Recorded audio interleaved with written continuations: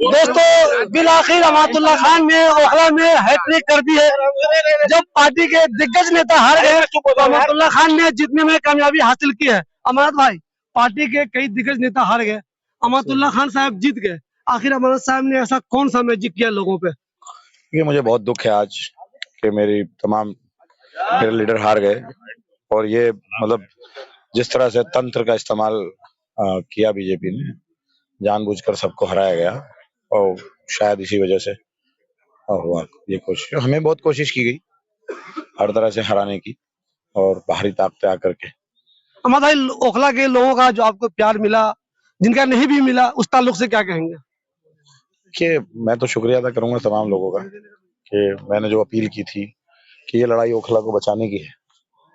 आप देखिए कि अगर बीजेपी की हुकूमत बनी है, अगर विधायक उनका होता तो क्या हाल होता। तो मैं यही कहता था कि भाई कोशिश भी पूरी की। जो लोग ये कहते थे कि बीजेपी कभी जीत नहीं सकती यहाँ से, उसके 2 दिन बाद, इलेक्शन के 1 दिन बाद खुद कहने लगे कि यहाँ बीजेपी जीत जाएगी। तो ये सब चीजें ठीक नहीं है और जिस तरह की राजनीति यहाँ हुई है नहीं होनी चाहिए। और इस 2 सीट की वजह से पूरी दिल्ली में जो है वो कम्युनल माहौल किया। हैदराबाद साहब से आए हुए साहब ने 2 डील टारगेट थे और बड़ी एक डील थी, जिसकी वजह आज दिल्ली जो है एक आम आदमी पार्टी के हाथ से जाकर बीजेपी में चली गई। अमर भाई, अमातुल्लाह खान का नाम बीजेपी को परेशान करता है। अमाना साहब जीत गए हैं, हुकूमत बीजेपी की हो गई है, तो क्या अमात भाई को काम करने में कोई दिक्कत होगी?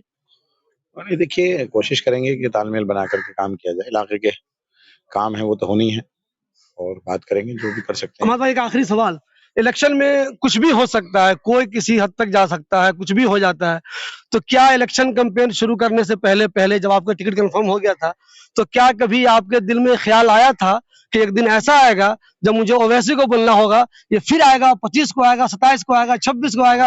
आपके रिलेशन पहले कैसे थे और क्या कैसी उम्मीद थी आपको कि ऐसा मौका आएगा जो हमें ये भी बोलना होगा? अब देखिए, पिछली बार जब हुआ था तो उन्होंने ये कहते हुए मना कर दिया था कि भाई मैं ओखला में नहीं लड़ाऊंगा, लेकिन इस बार उन्होंने जो है बीजेपी के इशारे पर।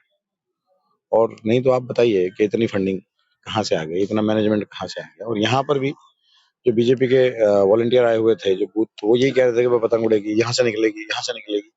60,000 अभी मुझसे कह रहे थे कि भाई 60,000, हमें तो ये उम्मीद थी कि पतंग 60,000 लेगी।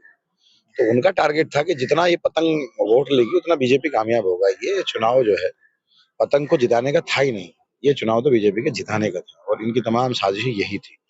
अगर आपको मालूम हो तो आप पता कर लीजिएगा, उनके मुंह उतरे हुए हैं, अंदर थे हमारे सब। मेरे सामने कहा बीजेपी के लोगों ने कि साहब हमें तो ये उम्मीद थी कि 60,000 वोट लेकर जाएगा। तो आप देख लीजिए, अगर वो 60,000 वोट लेकर जाता पतंग वाला तो बीजेपी यहाँ से चुनाव जीतती। मतलब प्लीज आखिरी सवाल, क्या ओखला के लोग आपकी ये बात समझने में कामयाब हो गए कि अगर तुमने हमें वोट नहीं दिया तो बीजेपी आ जाएगी? अब देखिए, सारी ताकतें लगी हुई थी, आवाम ने समझा, तमाम कांग्रेसी।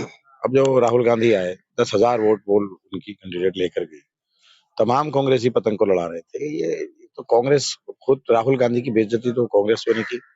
शुएब दानिश जो है उनकी पूरी टीम जो है कांग्रेस को लड़ा रही थी।